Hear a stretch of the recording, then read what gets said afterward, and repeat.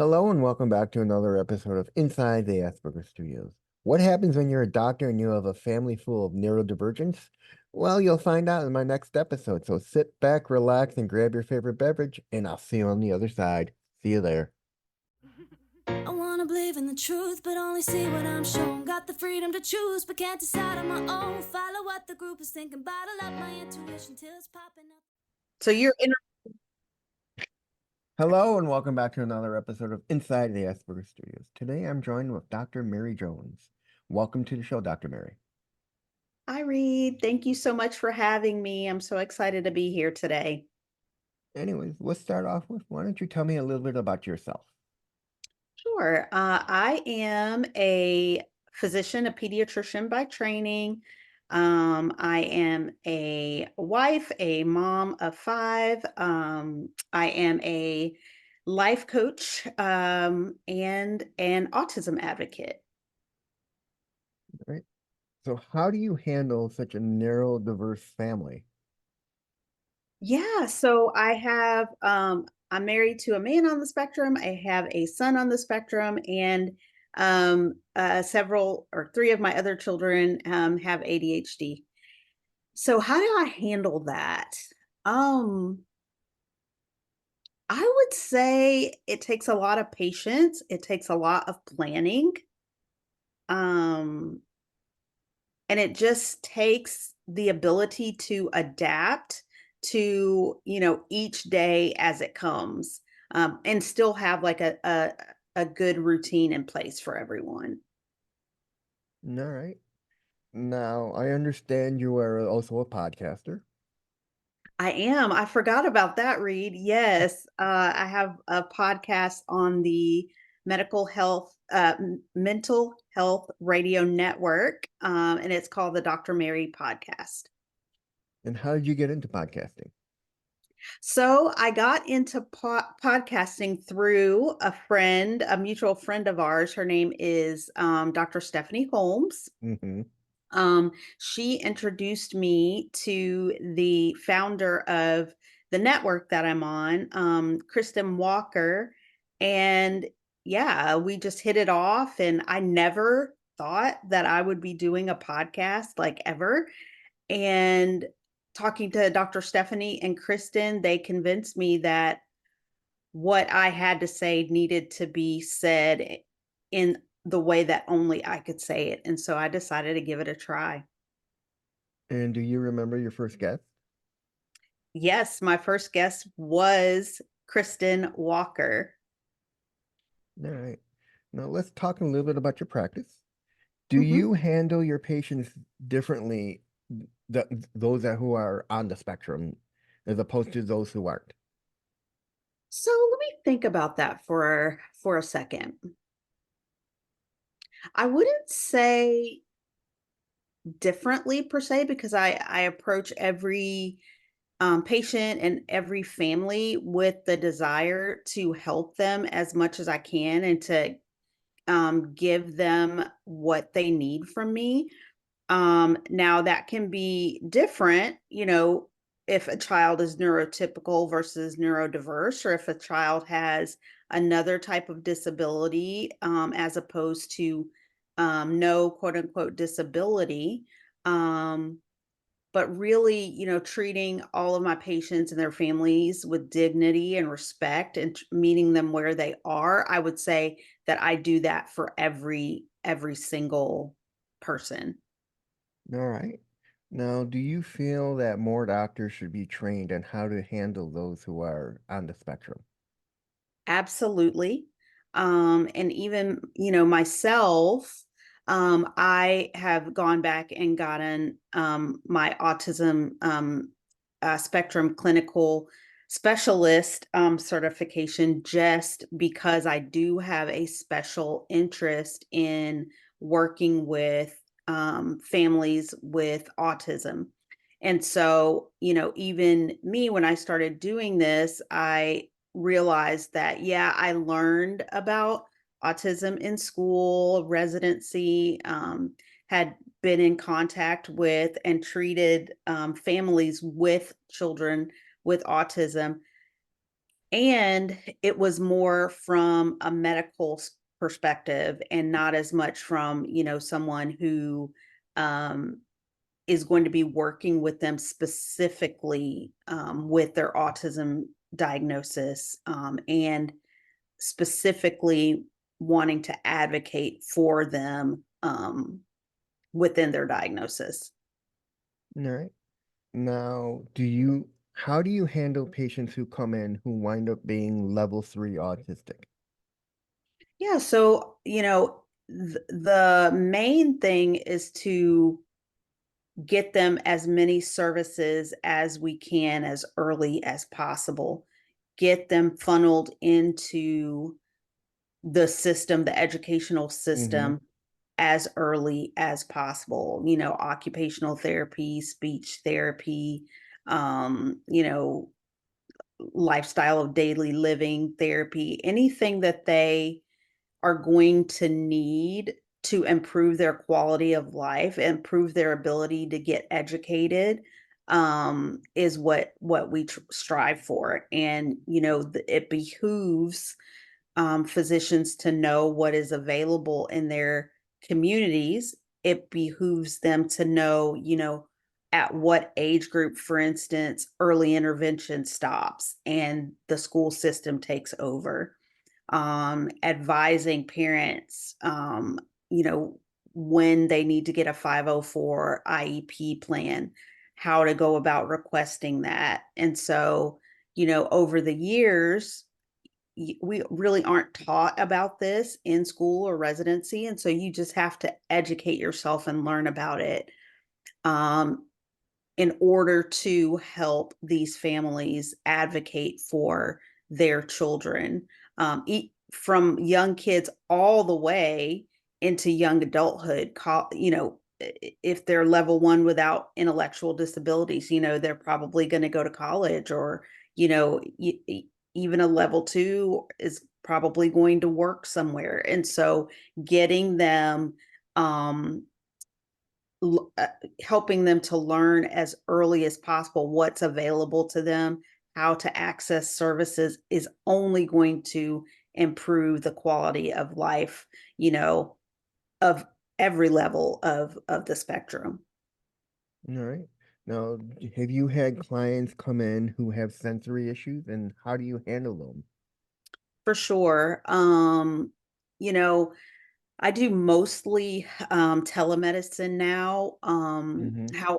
However, when I was working in the in-person clinical setting, several of the practices that I was working for were changing over to sensory friendly practices, with quiet rooms, sensory kits for not just autistic or kids on the spectrum, but any child that was neurodivergent that may need, that extra level of care. And unfortunately, that those were not the norm.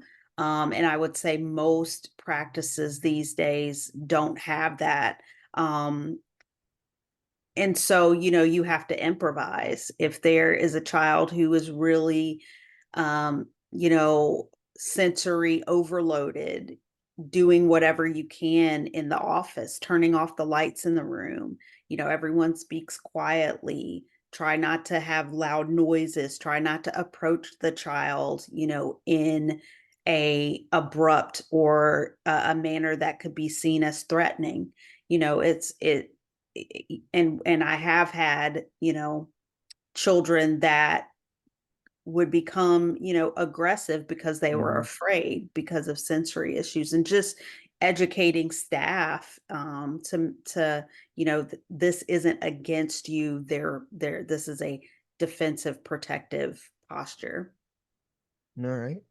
Now, would you recommend parents who have children who are on the spectrum that they see you more often so you can check in on them, see how they're doing, how their health is doing? So generally, unless they have a medical comorbidity, along with their autism, if they're something that I would be more concerned about, that I would need to see them multiple times in a year, yes. However, if they are physically healthy and it's more their autism, I would say, unless you need me, unless it's a sick visit, spend more of your time accessing the therapies that your child would need than coming to see me for me to look them over and they're healthy. Because I feel like that once a year for kids 2 and up is fine, um because they're going to need to really be spending as much time as possible accessing therapies. And I know parents only have so much time to access the most important things for their children. All right. Now you said you were a life coach. What got you into Mhm. life coaching? So I really wanted to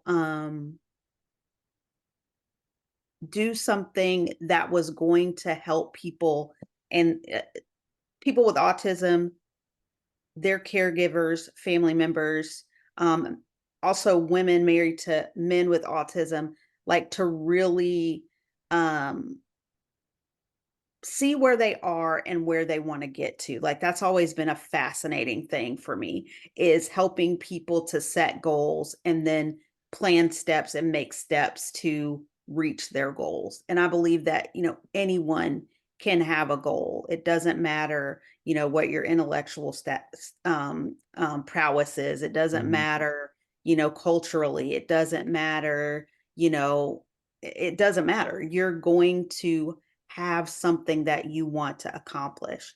And so I just love the hopefulness of it.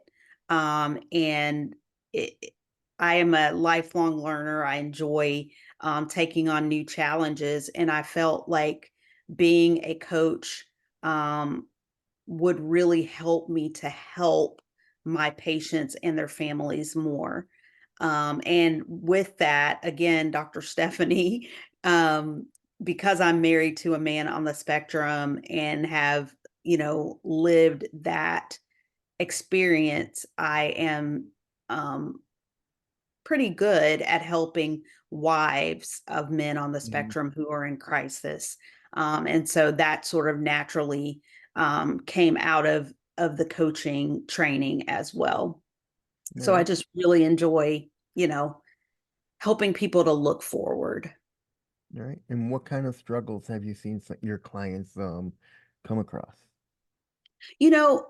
For families, so I really specialize and enjoy working with people in the Black community Hmm. with autism, or that has a family member with autism. And I'm sure you know this, Reed, but um, Black children are diagnosed about 3.5 years later than white children, and other minorities too. But I speak specifically to Black children. But they are diagnosed about 3.5 years after their white counterparts, and they still, even after diagnosis, don't receive adequate services. And Hmm. so, they end up underemployed, they end up in jail, they end up, not living to their fullest potential. And so that is a big problem, like helping or addressing this disparity. And so it's very common for people to come to me and their child has been diagnosed late, and now what do I do? And trying to help them and teach them to advocate for their child, or their family member or themselves is really important. And as far as like women married to men on the spectrum, it's, you can lose yourself in that, especially if you didn't know about the diagnosis until, after you married them, until late in your marriage. And there's a lot of hurt and a lot of, you know, baggage there. And so helping them to, okay, who am I in this marriage? Who do I want to be? What can I do for myself to, um, you know, make the best out of the situation, and hopefully have a happy marriage as well. All right. Let's talk a little bit about your family. Hmm. Now, your kids who are autistic, do they have any hyper focuses? Yes, so I have one son on the spectrum, and he does. He loves Marvel, specifically Spider-Man. He Wow. loves video games. He loves anime. And so those are definitely the things that really kind of float his boat. Like he loves and since he was like very, very young, like he had a fixation about Spider-Man, and he knows everything there is to know about every Spider-Man and every universe and every comic book. And yeah, he's like a walking encyclopedia. All right. Does he have any sensory issues? Yes, he definitely does not like loud noises. Certain He doesn't really like to be abruptly touched. He says it's painful. It Hmm. feels like pins and needles. Eye contact is a big thing for him that we're working on. He says, that is really uncomfortable for him to try to look someone in the eye. Crowds are really um, a big issue for him. And I think it's partly because of the noise and the fact that he may accidentally be touched. All right. Now, you said your husband is autistic as well. Hmm. Now, does he have any hyper focuses? Yes. So, anything that he is really interested in, he's hyper focused, but at working out, he's done multiple Ironman triathlons, he's done multiple over 100-mile races. He is also very interested in technology, like anything technology. He really hyper focuses on that. He's always got a device, if he doesn't watch himself, or we're like, you need to put your phone down, you need to get off your Hmm. computer, you need to. And so yeah, he is very and then he also has like he picks his skin a lot too. So Hmm. that's one of his hyper focuses. Now, what advice would you give to parents who are raising children on the spectrum or who are neurodivergent? Oh my gosh, I would say that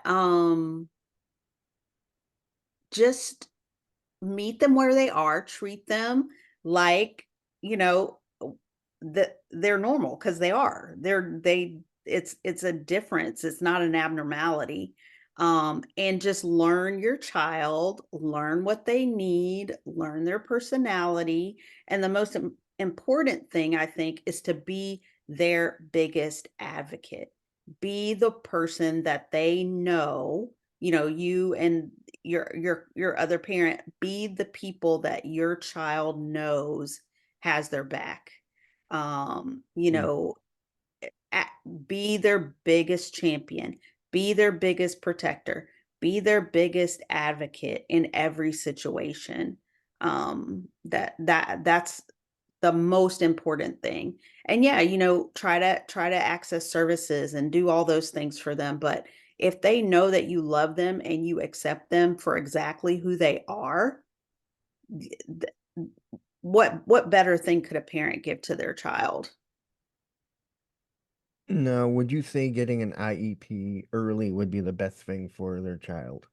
Yes. Once you transition into the school system for services at the age of 3, if they're going to early childhood or education, at the age of 3, instead of early intervention. So there's early intervention up to 3, and then after 3, they can go right into the school system. And you should absolutely request an evaluation for an IEP, and the school has to do it. So as early as possible, and an IEP is legally binding. A 504 plan is not. So you want that legal document, and you're going to get many IEPs over the course of their school career. And so you want to follow along. You want to make sure, hey, our IEP is not working. We need to be evaluated for another one. The school system has a certain amount of time to get that evaluation done. And like I said, it's a legally binding document. And so that's going to save a lot of headache, because if the school knows that that child has an IEP, they have to follow it. All right. Now I want to talk about a very important topic, and that is when should a parent decide either to homeschool or let their kid go away to school? Mhm. So I have done both. Currently, we are homeschooling. And I would say it's a very individual choice. It's a very, can be a seasonal choice. It can be like, they were doing great in homeschool, but now I think they need to go to traditional school, or the opposite. They were doing great in traditional school, and now I think I want to bring them home. And it just really depends on what's going on with that child and what struggles they are having, as well as what goals they want to have. Mm-hmm. If my son said, "Hey mom, I want to go to school, traditional school again, because I want to participate in sports, or I want to be in the STEM club, and meet other kids," and we do those things outside of school, like we have them in activities, but sometimes they want to go back to traditional school, or they want to come home. It's a family decision, and it's a very individualized family decision. And I would just say, just do what's best for you. Now, would you say that socialization is such an important thing while homeschooling? Absolutely. For for them and for the parent. It's like you want to have, I've got 5 kids, they're all different personalities, and they're all in different things. They all gravitate toward different things. And certainly my child who, is on the spectrum, that is something that we specifically, for all of them, but especially for him, we pay attention to that. And he gets services Mm-hmm. even being outside of school. Like, he has a life coach. He goes to peers, which is, a group where, he's in there with other children on the spectrum. But then again, he also, a few weekends ago, he and his brothers went to a weekend long anime conference. And so, we're involved in church. And so we really, make sure that all our kids, and maybe it takes a little bit of more effort for our child on the spectrum, but getting involved in social activities with other children with and without neuro differences. All right. Now, what would you say is the most important aspect in raising a child on the spectrum? Most important aspect of raising a child on the spectrum. Yeah, I would just say adaptability and learning them. I when we first so my son wasn't diagnosed till he was 11, he's 14 now. And even before he was diagnosed, like, I, again, like other, black moms, like, I knew something was going on, and I'm a pediatrician, but it was like me having to advocate and finally say, "Look, there is something going on, and I need some help here." And so, getting him diagnosed, and then after that, like, being able to get him the things that he needed, were only because, like, I know my child. Adapt to him. I understand him, even the things he cannot say for himself or voice for himself. Mhm. And so I would say that is super important, is just always learning, being willing to learn them, because I have 5, like, it could have been like, okay, everybody's got to do the same things at the same time, and this is how it goes. But, that wasn't going to go well for for him. And so being able to give him the freedom to be himself within the system, Mhm. I think has been like so important and so life-giving for him. Now, have you talked to your kids about when they do go off to college that they need to self-advocate for themselves? Because I Mhm. learned that the hard way, that you need to speak up, otherwise you're gonna fall between the cracks and you're gonna fight an uphill battle. Yep.